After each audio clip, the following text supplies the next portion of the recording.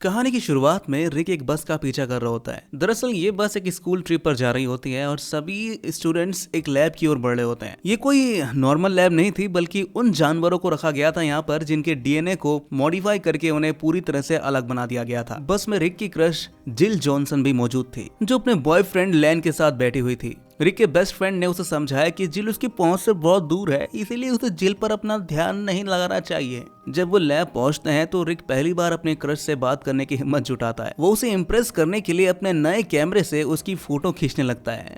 लेकिन ये क्या हो गया भाई, फ्लैश लाइट की वजह से तो एक तोता जलकर राख हो गया। घबराकर रिक अपनी गलती छुपाने की कोशिश करता है और उस तोते को कुत्ता बना देता है। फिर बिना सोचे समझे वो उसे जोर से लात मारता है, जिससे वो सीधा लैन से जा टकराता है। इस घटना से लैन गुस्से में उबल पड़ता है और रिक को मारने के लिए उसकी ओर बढ़ता है, मगर ठीक समय पर प्रोफेसर लैंडर्स वहां पहुंच जाते हैं और मामले को शांत कर देते हैं। अब यहाँ में पता चलता है कि प्रोफेसर लैंडर्स न केवल रिक के माता पिता को जानते थे, बल्कि वो जिल के बॉयफ्रेंड लैन के अंकल भी हैं। यहीं पर एक और बड़ा खुलासा होता है। प्रोफेसर लैंडर्स को एक जानलेवा बीमारी है जो किसी भी वक्त उनकी जान ले सकती है। इस बीच लैन गुस्से में रिक को धक्का देता है, जिससे वो जानवरों के पिंजड़े के पास जा गिरता है। लेकिन वो गिरता भी कहाँ है, जानवरों के मलमूत्र पर। तो फिर वो उसे साफ करने के लिए पास पड़ी पानी की बोतल का इस्तेमाल करने लगता है। लेकिन ये कोई नॉर्मल पानी नहीं थी, बल्कि एक नया कंपाउंड था जिसे हाल ही में लैब के वैज्ञानिकों ने तैयार किया था। इस कंपाउंड की खासियत ये थी कि जब कोई इसे अपने बॉडी पर लगाता है तो दूसरे जानवर उसकी ओर आकर्षित होने लगते हैं। बिल्कुल परफ्यूम के ऐड की तरह है।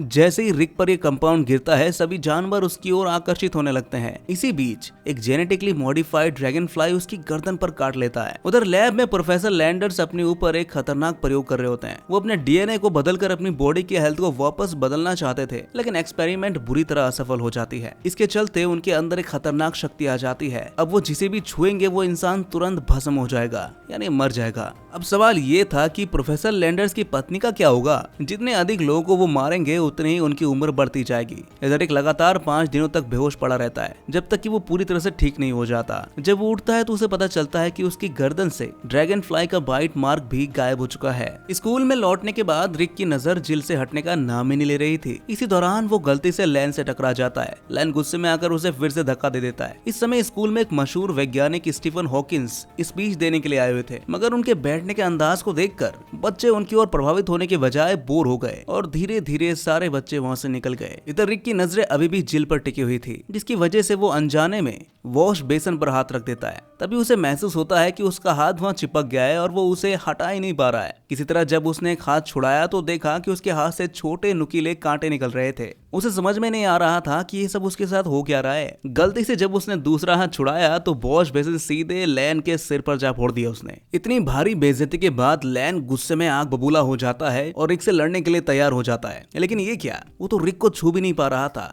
इस नए बदलाव से रिक में अजीब सा आत्मविश्वास आ जाता है और वो खुद को बहुत ताकतवर महसूस करने लगता है। रिक की इसी ओवर कॉन्फिडेंस की वजह से एक और हादसा हो जाता है। जैसे ही वो अपना हाथ हटाता है, उसके टीचर का बड़ा पेट स्कूल के सामने नजर आ जाता है। बड़ी मुश्किल से वो स्थिति से बचकर बाहर निकलता है, लेकिन इसी दौरान वो गलती से स्टीफन हॉकिंस को भी धक्का दे देता है। अब हालात ये हो जाती है कि स्टीफन हॉकिंस का चेहरा मधुमक्खियों के छत्ते में घुस जाता है, जिससे चारों तरफ मधुमक्खियां फैल जाती हैं। स्कूल के बाद रिक दीवार पर चढ़ने की प्रैक्टिस करता है और ये देखकर हैरान रह जाता है कि वो आसानी से चढ़ भी जाता है। बल्कि वो दीवार पर चढ़ता ही नहीं, नाचता भी है उधर। तभी उसकी नजर एक ट्रक पर पड़ती है जो एक बूढ़ी औरत को कुचलने वाला था। रिक तुरंत दौड़कर उसे बचा लेता है और खुद ट्रक के सामने आ खड़ा हो जाता है। लेकिन ये क्या, रिक को तो कुछ हुआ ही नहीं, मगर ये जो 60 लाख का ट्रक था वो तो कुचल दिया गया था। आसपास खड़े लोगों ने जब ये नजारा देखा तो वो चौंक गए। उन्हें लगा कि ये लड़का कोई सुपर हीरो होगा, लेकिन रिक को ये सब पसंद नहीं था, इसलिए वो ये कहकर वहां से भाग जाता है कि उसे बहुत तेज टॉयलेट आ रही है। जब वो घर पहुंचता है तो देखता है कि उसके अंकल एक वॉल कैबिनेट लगा रहे होते हैं।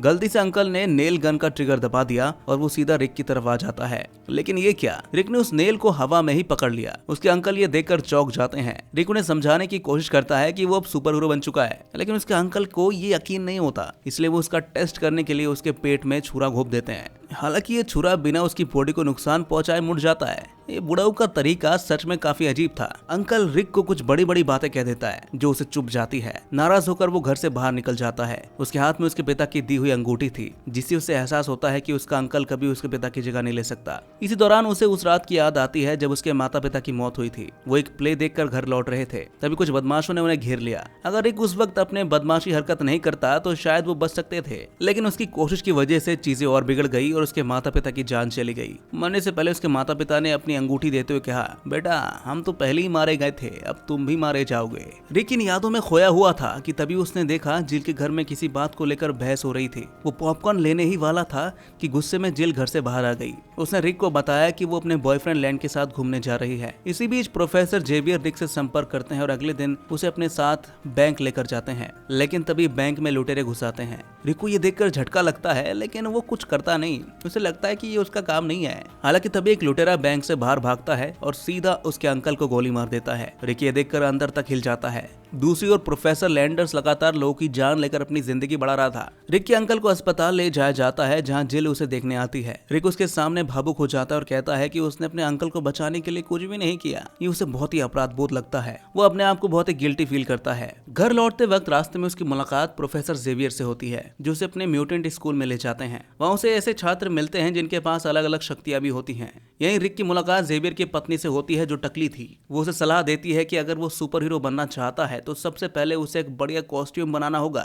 घर लौटते रिक एक खास कॉस्ट्यूम तैयार करता है और खुद को नया नाम देता है ड्रैगन फ्लाई। अब वो एक सुपर हीरो की तरह शहर में लोगों की मदद करने लगता है। हालांकि एक समस्या थी कि वो उड़ नहीं सकता था। इस बीच लैब में प्रोफेसर लैंडर्स वैज्ञानिक को बताते हैं कि अगर उन्हें जिंदा रहना है तो हर रोज किसी न किसी को मारना ही होगा। लेकिन उनका असली मकसद सिर्फ जिंदा रहना नहीं था। उन्हें सेरिलियम नाम की एक पदार्थ चाहिए थी, जो उन्हें हजारों लोगों की जान लेकर अमर बना सकता था। ये सेरिलियम इस वक्त स्टीफन हॉकिंस की लैब में रखा हुआ था। अब लैंडर्स ने खुद को एक नया नाम दिया, अवरग्लास। वो अब लोगों पर हमला करने के लिए तैयार था, लेकिन तभी ड्रैगन फ्लाई यानी रिक वहां पर पहुंच जाता है। अवरग्लास ने उसकी ओर टाइटेनियम के ब्लेड फेंके, जो उसे गंभीर रूप से घायल कर देते हैं। इससे पहले कि रिक कुछ समझ पाता, अवरग्लास गायब हो जाता है। अब रिक वापस घर आता है और अपनी क्रश जिल को खिड़की से देख रहा होता है। तभी उसकी आंटी वहां पर आ जाती है और कहती है, उस लड़की को हमेशा खुश रखना बेटा, बिना उसे ये बताया कि तुम उसे पसंद करते हो। रिक इस सलाह को सीरियसली ले लेता है और ग्रीन फॉरेस्ट की तरह चुपचाप जिल की सुरक्षा करने लगता है। लेकिन जल्दी एक बड़ी घटना घटती है। थैंक्स गिविंग के दिन जिल और उसका बॉयफ्रेंड लैन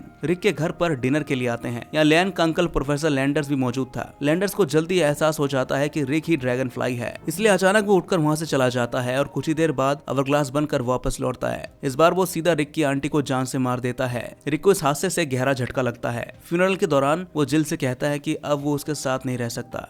वो ये भी कहता है कि वो अब हीरो भी नहीं बनना चाहता। इसके बाद रिक अपने कमरे में खुद को बंद कर लेता है। वो बस जंक फूड खाता रहता है और उसकी दाढ़ी बढ़ गई। शायद जंक फूड खाने का भी एक साइड इफेक्ट था ये। अब उसका अंकल और उसके बेस्ट फ्रेंड ट्रे उसके पास आते हैं। वो उसे समझाने की कोशिश करते हैं कि उसे अवरग्लास से लोगों को बचाना है। वो कहते हैं कि बड़ी ताकत के साथ बड़ी जिम्मेदारी भी आती है। जब रिक ये सुनता है तो वो फिर से मोटिवेट हो जाता है। दरअसल अवरग्लास अमर होने के लिए एक ही बार में हजारों लोगों की जान लेना चाहता था और इसके लिए वो जल्दी एक विशेष समारोह यानी सेरेमनी में हमला करने वाला था, जहां 1000 से ज्यादा लोग मौजूद होंगे। अब रिक के अंकल उसे और उसके दोस्त ट्रे को समारोह स्थल पर छोड़ देते हैं। वहां पहुंचकर वो अवरग्लास को ढूंढने लगते हैं, लेकिन एक समस्या थी। उन्हें ये नहीं पता था कि अवरग्लास है कौन और कहाँ छिपा है। इसलिए रिक सीधे प्रोफेसर लैंडर से जाकर ये सवाल पूछता है, जो उसी समारोह में अवार्ड लेने के लिए मौजूद थे। प्रोफेसर लैंडर्स ने चालाकी से रिक को यह यकीन दिला दिया कि अवरग्लास दलाई लामा है। रिक को इस पर भरोसा हो जाता है और वो बिना समय गवाए दलाई लामा को पीटना शुरू कर देता है ताकि उसे सच उगलवा सके। लेकिन तभी अचानक समारोह में मौजूद सभी लोग एक दूसरे से लड़ने लगते हैं। इस अफरा तफरी का फायदा उठाकर अवरग्लास वहां से भागने में सफल हो जाता है, मगर जिल ने देख लिया था कि असली अवरग्लास कोई और नहीं बल्कि प्रोफेसर लैंडर्स ही है।